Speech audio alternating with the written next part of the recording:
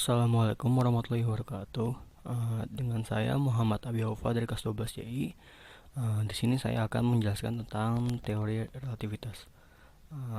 Sebelum itu, maaf saya nggak bisa facecam karena HP saya nggak support buat presentasi sambil buka kamera. Sama laptop juga nggak bisa. Lanjut. Jadi di teori relativitas ini yang diterangkan oleh Albert Einstein ini ada dua postulat. Yang pertama adalah bunyinya hukum fisika berlaku sama di semua kerangka John inersia. Contohnya adalah bandul yang diketarkan di ruangan dan sebuah bandul yang diketarkan di mobil atau di benda manapun yang kecepatannya konstan akan memiliki getaran yang sama sesuai dengan bunyi dari postulat 1. Dan yang kedua, bunyinya adalah kecepatan cahaya di ruang hampa adalah mutlak sebesar C dan tidak bergantung pada sumber cahaya atau pengamat. Jadi contohnya adalah pada sebuah kasus 1, sebuah cahaya mendekati pengamat. Pada kasus 2, sebuah cahaya menjauhi pengamat. Dan pada kasus 3, cahaya dan pengamat sama-sama bergerak, baik itu mendekat atau menjauh.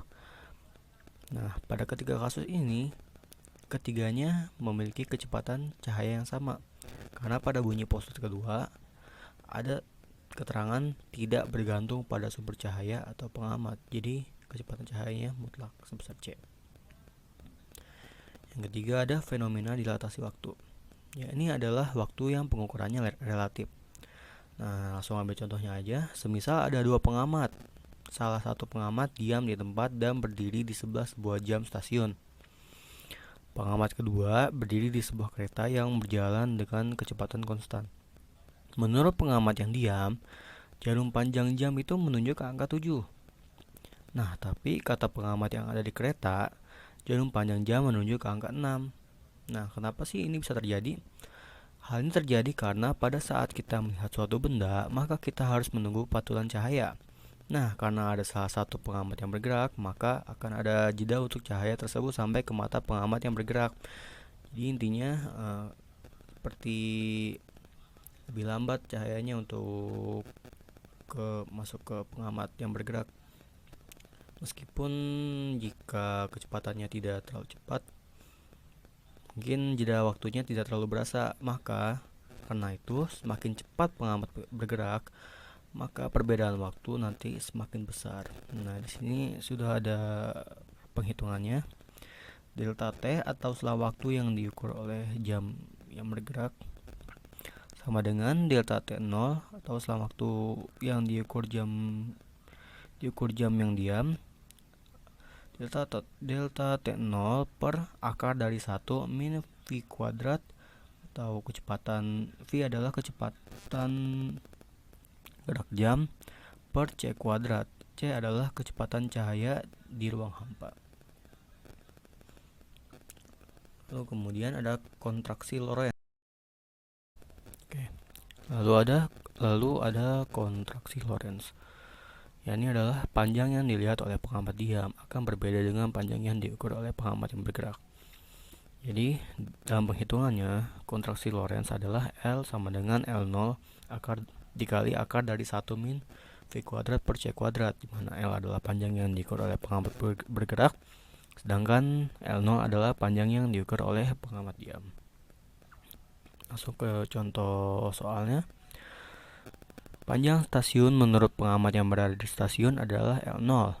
Menurut pengamat yang berada di kereta pertama dan kedua, panjang masing-masing adalah S1 sama dengan 0,8 L0 dan L2 adalah 0,6 L0.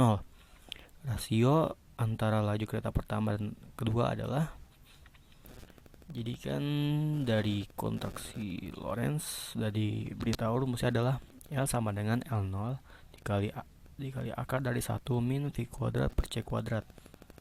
Nah, langsung saja dihitung dari L1. L1 sama dengan 0,8 L0 sama dengan L0 dikali akar dari 1 min V1 kuadrat per C kuadrat. Nah, di sini bisa dipangkatkan 2 jadinya 0,64 sama dengan 1 min V1 kuadrat per C kuadrat. Dari sini nanti akan diakarkan lagi menjadi hasilnya menjadi V1 sama dengan 0,6 C. Lalu untuk L2 itu adalah 0,6 L0 sama dengan L0 dikali akar dari 1 min V kuadrat per C kuadrat. Caranya sama seperti L1 dan hasilnya adalah 0,8 C. Jadi V1, jadi perbandingannya adalah V1 per V2. Jadi 0,6 C per 0,8 C. Jawabannya adalah 0,75. Oke, cukup sekian dari saya. Mohon maaf jika tidak memakai facecam dan juga mohon maaf jika ada kata-kata yang salah. Wassalamualaikum warahmatullahi wabarakatuh.